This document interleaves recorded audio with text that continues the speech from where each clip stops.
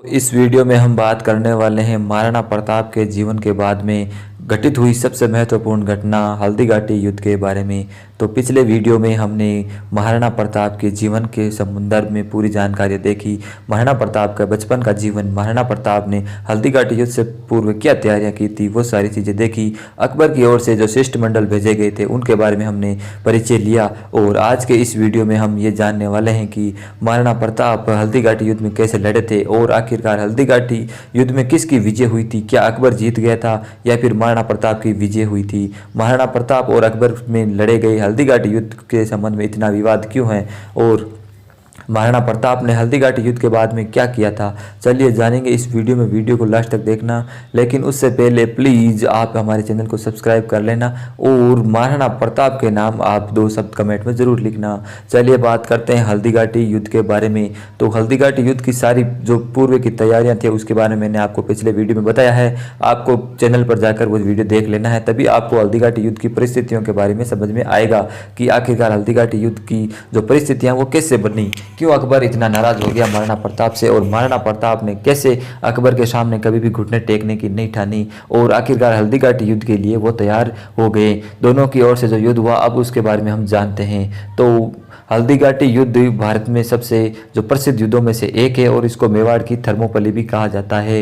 अब बात करते हैं इस युद्ध के बारे में। तो दोस्तों हल्दीघाटी युद्ध जो है वो 21 जून 1576 को लड़ा गया था। 21 जून 1576 को सुबह अकबर की 80,000 की सेना, जिसके सेनापति राजा मान सिंह थे, और दूसरी तरफ थी मेवाड़ की केवल 20,000 की सेना। जी हाँ दोस्तों, 80,000 के सामने मेवाड़ की जो सेना थी वो थी 20,000 की, मात्र 20,000 की। तो इसलिए महाराणा प्रताप की इतनी कम सेना होते हुए भी महाराणा का जो स्वाभिमान है वो डगमगाया नहीं और वो लड़ने के लिए तैयार हो गए थे। उन्हें पता था महाराणा प्रताप को कि दिल्ली की सत्ता पर बैठे, मतलब इसके पास, अकबर के पास बहुत ही ज़्यादा ताकतवर है, इनकी सेना बहुत ही विशाल है, लेकिन फिर भी वो अपने स्वाभिमान के लिए लड़ रहे थे। हल्दीघाटी एक ऐसी जगह थी जहाँ चारों ओर केवल पहाड़ियाँ ही पहाड़ियाँ थी।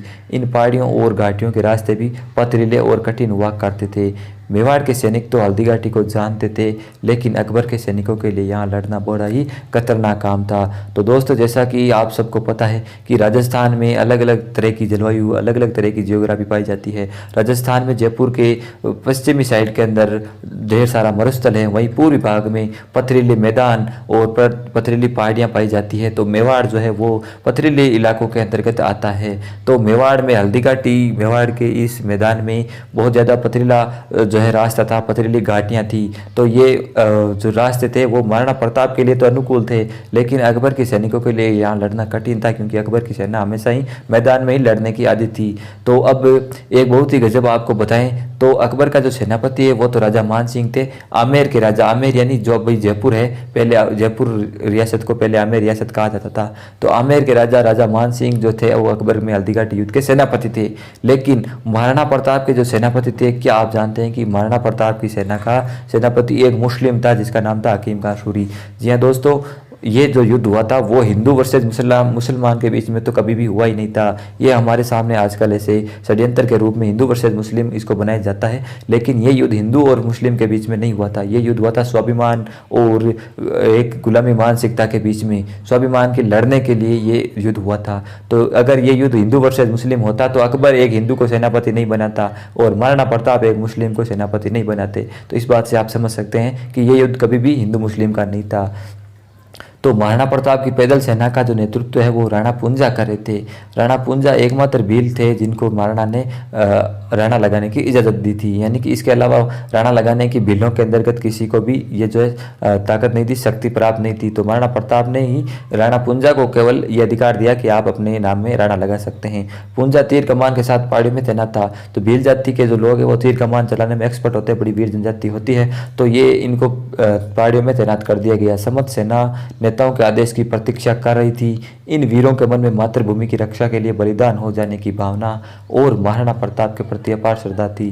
तो ये युद्ध तो कब से घटित होने की संभावना थी। महाराणा प्रताप तो अपनी जो जनता है और सेना उसको पहले से चेता रहे थे कि भाई युद्ध तो कभी भी हो सकता है, आप तैयार रहो। तो इसलिए ये इन जो वीरों के अंदर बलिदान हो जाने की भावना महाराणा प्रताप के लिए अपार श्रद्धा की भावना थी। मान सिंह की सेना का मुख्य सेनापति अकबर का जो मुख्य सेनापति है मान सिंह, वो बीच में मर्दाना हाथी पर बैठा हुआ था। तो जो मान सिंह था वो मर्दाना हाथी में सेना के बीच में बैठा हुआ था। और इस युद्ध में जो इतिहासकार है बंदायूनी भी विशेष अंगरखों के साथ युद्ध की घटना को लिपिबद्ध कर रहा था। तो बंदायूनी आया हुआ था, अकबर का एक प्रसिद्ध इतिहासकार था जो हल्दीघाटी युद्ध के अंदर वहाँ पे लाइव लोकेशन पे मौजूद था और वो इस युद्ध के बारे में लिख रहा था। युद्ध की शुरुआत महाराणा प्रताप ने की। 21 जून को सुबह मेवाड़ का हाथी राजकीय ध्वज फहराता हुआ दर्रे से बाहर आया। राजपूत की ओर से रणबेरी वाद्य यंत्र बजने लगे। सेनापति हकीम खां के नेतृत्व में महाराणा का हरावल से दस्ता शत्रुओं पर शेर की भांति टूट पड़ा। हरावल दस्ता का मतलब सेना का आगे का भाग। तो हरावल दस्ता शत्रुओं पर शेर की भांति टूट पड़ा। वाद्य यंत्र और सारण के वीर गीतों ने सैनिकों के शौर्य और उत्साह को खूब बढ़ाया। तो ये जो सारण और जो सैनिक होते थे वो वीर कथाएं, वीर कहानियाँ, इस प्रकार के वीर से जो भरपूर ऐसे गीत गाया करते थे जिससे में सेना में युद्ध के प्रति और भी ज़्यादा शौर्य और उत्साह उनके अंतर्गत बढ़े। तो अब जिस स्थान पर दोनों सेनाओं की हरावल सेना का युद्ध हुआ वह स्थान उबड़ खाबड़ था। मेवाड़ की सेना ऐसे स्थान पर युद्ध करने के लिए आदि थी, लेकिन मुगल सेना के लिए ऐसे स्थान पर लड़ना काफ़ी कठिन हो रहा था, क्योंकि मुगल सेना ने अभी तक इन ऐसे जगहों पर युद्ध कभी भी पहले नहीं किया था। वो मैदानी भागों में लड़ने की आदि थी। पहले हमले में मुगलों के पांव उखड़ने लगे और पहले हमले में महाराणा प्रताप की जीत हुई। प्रथम सफलता के बाद मेवाड़ की सेना में जोश बढ़ गया। वह घाटी से निकलकर बादशाह बाग तक पहुंच गए। बादशाह बाग स्थान मुगल सेना के लिए बिल्कुल अनुकूल था, क्योंकि ये एक मैदान था और यहाँ युद्ध के लिए सेना पूरी तरह से तैयार थी। हकीम खां और महाराणा प्रताप मुगल सेना के केंद्रीय दल पर टूट पड़े। भयंकर युद्ध अब प्रारंभ होने लग गया। दोनों पक्ष की सेना पूरे उत्साह से बढ़ गई। हाथियों की चिंगाड़, घोड़े की हिनहिनाहट, तलवारों की टंकार से पूरा हल्दीघाटी गूंज उठा। मेवाड़ की सेना ने अकबर की सेना पर इतना जबरदस्त आक्रमण किया कि मुगल सेना में अव्यवस्था फैल गई। राजपूत सेना का दबाव निरंतर बढ़ रहा था। तो राजपूतों ने इतनी बहादुरी से और इतनी वीरता से युद्ध किया तो अकबर की सेना तो शुरू में डरने लग गई। अकबर की सेना को एक बार तो पीछे कर दिया। मुगलों की आगे की और बाएं भाग की सेना का ठहरना कठिन हो गया था। दोनों दल युद्ध भूमि से भाग खड़े हुए। कई मुगल सैनिक युद्ध भूमि से लगभग 10 से 12 मील दूर भाग गए थे। तो वो राजपूतों के वीरता के आगे इतना डर गए थे कि वो 10 से 12 मील दूर भाग चुके थे। सेना लगभग भागने के लिए तैयार हो गई थी। राजपूत की इस विजय से मुगलों की सेना का मनोबल घटने लगा। ऐसा प्रतीत होने लगा कि मुगल सेना निश्चित ही हार जाएगी। सेना को भागते हुए देख पीछे की सेना से एक सैनिक आगे बढ़ा और उसने ऊंचे शहर में अकबर के पहुंचने की झूठी घोषणा करते हुए कहा कि बादशाह अकबर स्वयं आ चुके हैं। तो इसका मतलब जब मुगल सेना कमज़ोर पड़ने लगी तो कुछ सैनिकों ने मिलकर बादशाह अकबर के आने की झूठी घोषणा वहाँ पे कर दी थी। तो अब घोषणा से सारी जो बाजी है वो पलट गई। इस घोषणा से स्थिति पलट गई और भागते हुए मुगल सैनिक वापस आ गए। उनके अंदर नया जोश आ गया और युद्ध करने लगे। पूरे नए उत्साह से युद्ध आरंभ हुआ। युद्ध करते करते दोनों सेनाएं खमनोर के पास बनास नदी के तट पर रक्ततलाई नामक स्थान पर पहुंच गई। युद्ध करते करते रक्ततलाई नामक स्थान पर दोनों सेनाएं पहुंच गई थी और सेना में मनोबल बढ़ गया था। उनको लगा कि अब अकबर भी और सेना के साथ हम हमारी सहायता करने के लिए आ रहे हैं। तो राजपूतों के बढ़ते दबाव को देखकर मान सिंह भी युद्ध भूमि में उतर गया। मान सिंह मर्दाना हाथी पर बैठकर युद्ध कर रहा था। महाराणा के लूणा हाथी और मुगलों के गजमुख हाथी आपस में बढ़ गए। लूणा ने गजमुख हाथी को पराजित कर दिया था। महाराणा प्रताप के पास राम प्रसाद नाम का एक प्रशिक्षित हाथी भी हुआ करता था। सम्राट अकबर इस हाथी की प्रशंसा पहले भी कई बार सुन चुका था। कहा जाता है कि अकबर ने कई बार इस हाथी को महाराणा प्रताप से मांगा भी था।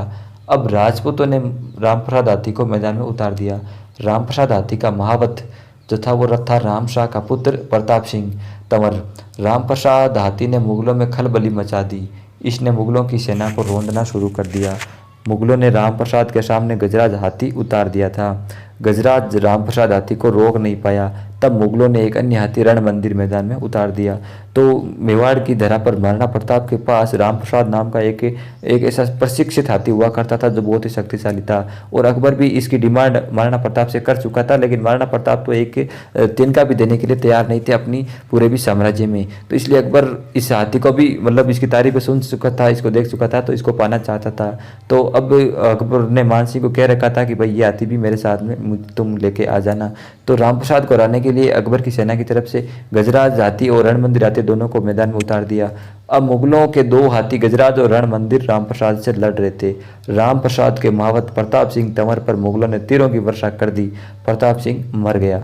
अब राम प्रसाद हाथी मुगलों के हाथ लग गया था। तो राम प्रसाद हाथी को तो बंदी बना लिया था मुगली सेना ने, लेकिन अब महाराणा प्रताप कैसे इस युद्ध को कर रहे थे वो चलिए जानते हैं।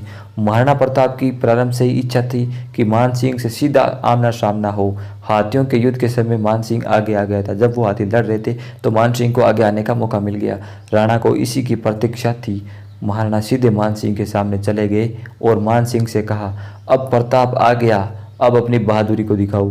वह एक दूसरे पर दांव पैंच लगाने लगे। महाराणा ने अपने घोड़े चेतक को संकेत दिया। चेतक ने अपने अगले 2 पांव मान सिंह के हाथी की सूंड पर रख दिए। महाराणा ने भाले से वार किया। मान सिंह हाथी के होंदे में घुस गया। महाराणा का भाला मान सिंह के कवच में लगा। महाराणा ने समझा कि मान सिंह तो मर गया है, लेकिन मान सिंह का महावत घायल होकर नीचे गिर गया था। अब हाथी की सूंड पर जो तलवार लगी थी उससे चेतक का पिछला पैर कट गया। महाराणा शाही सैनिकों से गिरने लगे थे, क्योंकि चेतक भी अब घायल होने लग गया था। चेतक की भी अब बलि होने वाली थी। इस स्थिति में ज्वाला मान सिंह ने महाराणा प्रताप का छत्र स्वयं ले लिया, यानी उनका कवच पहन के वो महाराणा प्रताप बन गए, तो ताकि मुगलों को ऐसा लगे कि ये महाराणा प्रताप ही है। तो महाराणा प्रताप का छत्र लेकर महाराणा को युद्ध से भूमि से बाहर ले जाने का आग्रह किया। मुगलों ने ज्वाला मान सिंह को महाराणा प्रताप समझकर मार दिया और प्रताप यहाँ से सुरक्षित बाहर निकल गए। ज्वाला मान सिंह के बलिदान से महाराणा प्रताप युद्ध भूमि से सुरक्षित बाहर निकल गए थे। दोस्तों, इतना भयंकर युद्ध हुआ था कि अब मुगल सैनिक किसी भी हाल में सबको खत्म करना चाहते थे।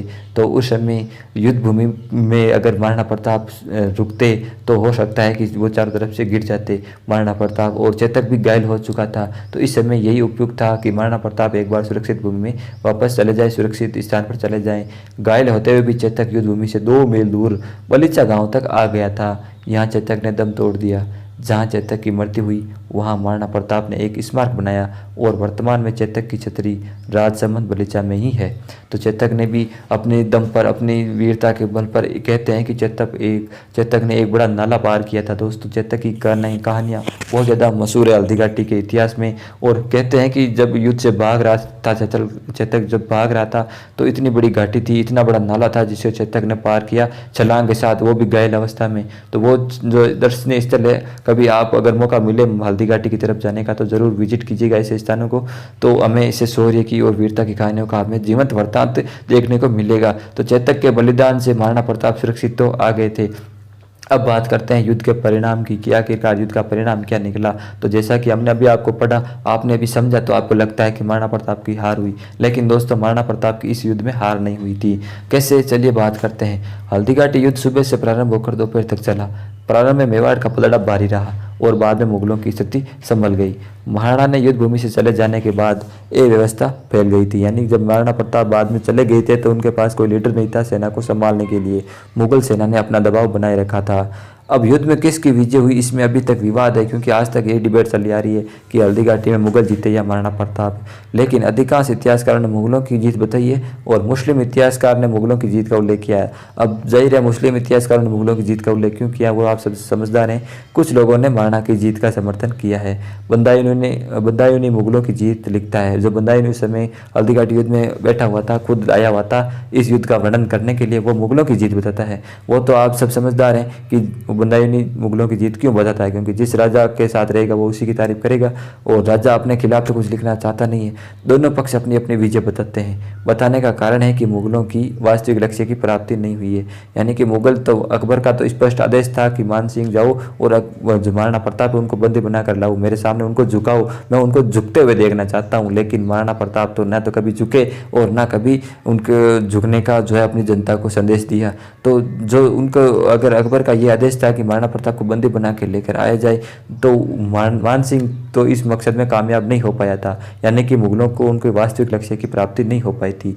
तो क्योंकि अकबर का आदेश था कि प्रताप को गिरफ्तार कर ले जाए, इस युद्ध में न तो प्रताप पकड़े गए और न ही बंदी बनाए गए। यह कोई निर्णायक युद्ध नहीं था। इस दृष्टि से महाराणा प्रताप की पराजय भी नहीं कहा जा सकती।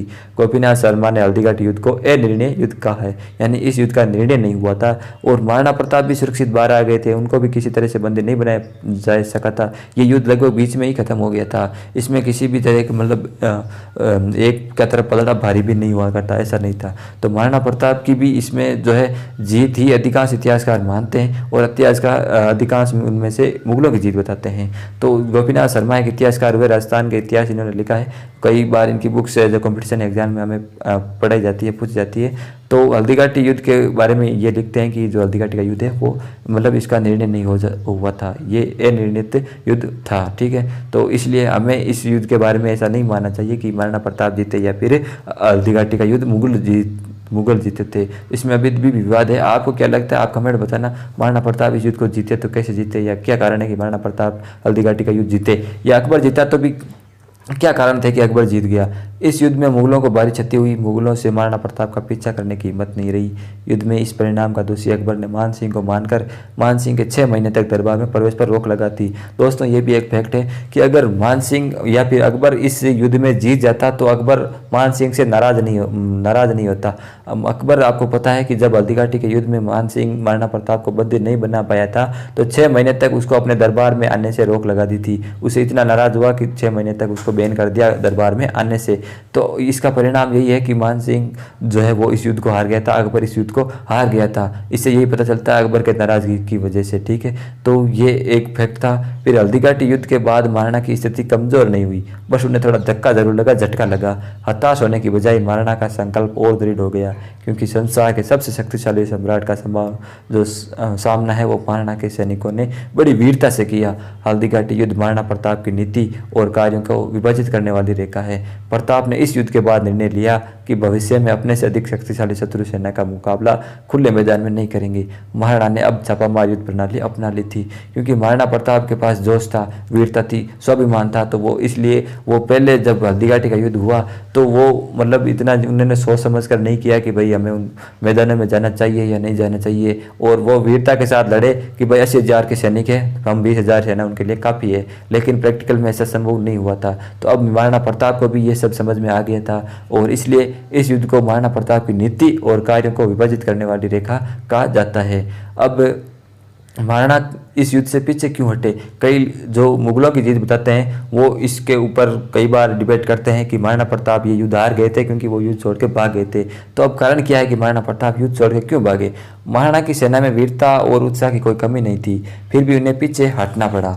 इसका क्या कारण है? इसका कारण था कि महाराणा के युद्ध नीति और तत्कालीन परिस्थितियाँ, यानी कि महाराणा प्रताप की उस समय क्या कंडीशन बन रही थी और उस समय महाराणा प्रताप की नीति क्या थी। महाराणा के राज्याभिषेक के बाद या उनका पहला युद्ध था, यानी उनके राज्याभिषेक के बाद सबसे बड़ा युद्ध यही था। और हालांकि बचपन से ही वो युद्धों में संघर्ष में भाग ले रहे थे, लेकिन वो खुद के तौर पर जो उनका सबसे पहला युद्ध यही था, खुद के सेनापति या खुद के शासन के दौरान। यद्यपि महाराणा अपने पिता उदय सिंह के समय से युद्ध में भाग ले चुके थे, फिर भी उस समय वे एक राजकुमारी थे। उदय सिंह के समय अकबर का आक्रमण हुआ तो उस समय पूरा राज परिवार वनों में सुरक्षित स्थान पर भेज दिया गया था, अतः इन्हें युद्ध का प्रत्यक्ष अनुभव नहीं था। हल्दीघाटी युद्ध महाराणा ने राजपूती परंपरा से लड़ा, यह उनके पीछे हटने का सबसे महत्वपूर्ण कारण था, क्योंकि राजपूतों में सबसे बड़ी कमी यही थी कि वो पुरानी पद्धतियों से लड़ते रहते। अंग्रेजों से जब लड़ रहे थे तभी यही कारण था कि वो पुराने पद्धति से लड़ रहे थे, मॉडर्न तकनीक वो इस्तेमाल नहीं कर रहे थे।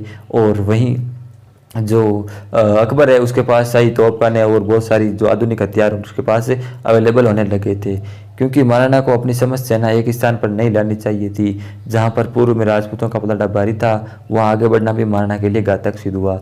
उस स्थान पर शत्रुओं को उलझाए रखना मेवाड़ के हित में था। तो मेवाड़ के अगर सैनिक अगर मैदानी भाग में नहीं जाते और पहाड़ी इलाकों में युद्ध करते तो निश्चित ही मेवाड़ की सेना जीती, महाराणा प्रताप विजय होते। महाराणा अपनी सेना को अगर पहाड़ियों में छिपा देते तो इसके बाद मुगल सेना आगे बढ़ती तो मुगल चारों ओर से गिर जाते, जिन्हें सरलता से समाप्त किया जा सकता था।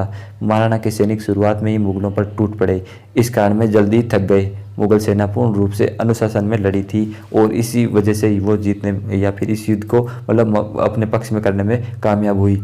महाराणा के युद्ध भूमि से बाहर निकलने के बाद सेना में अव्यवस्था फैल गई और इसके अलावा महाराणा की सेना मुगलों की सेना की बजाय कम थी।